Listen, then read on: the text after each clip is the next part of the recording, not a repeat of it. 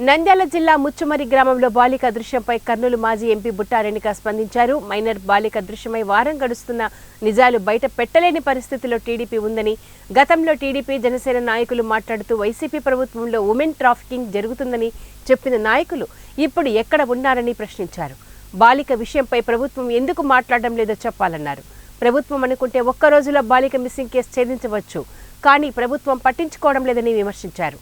TDP ప్రభుత్వం గ్రామంలోకి ఎవరిని కూడా వెళ్లనివ్వకుండా అడ్డుకుని నిజాలు కప్పిపుస్తున్నారని అన్నారు.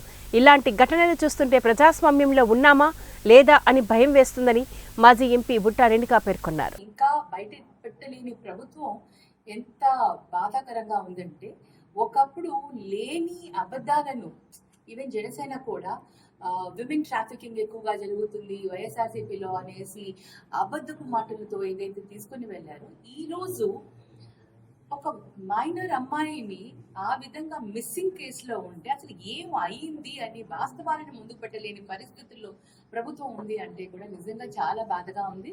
మరి ఈ వాటిపైన ఎందుకు ప్రభుత్వం మాట్లాడట్లేదు, ప్రభుత్వంలో ఉన్న వాళ్ళు ఎవరు కూడా ఎందుకు మాట్లాడట్లేదు అనే దానిపైన మేమందరం కూడా నిజంగా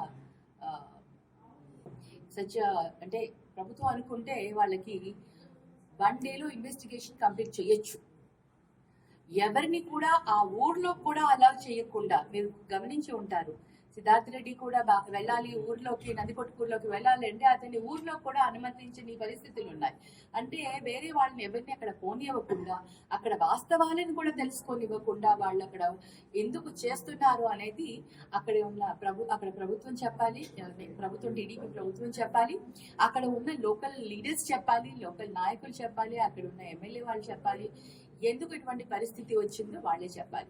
ఏం దాచిపెట్టాలనుకుంటున్నారో కూడా వాళ్ళే తెలియజేయాలి. ఇది చాలా దారుణం. మనం ప్రజాస్వామ్యంలో ఉన్నామా లేదా అని కూడా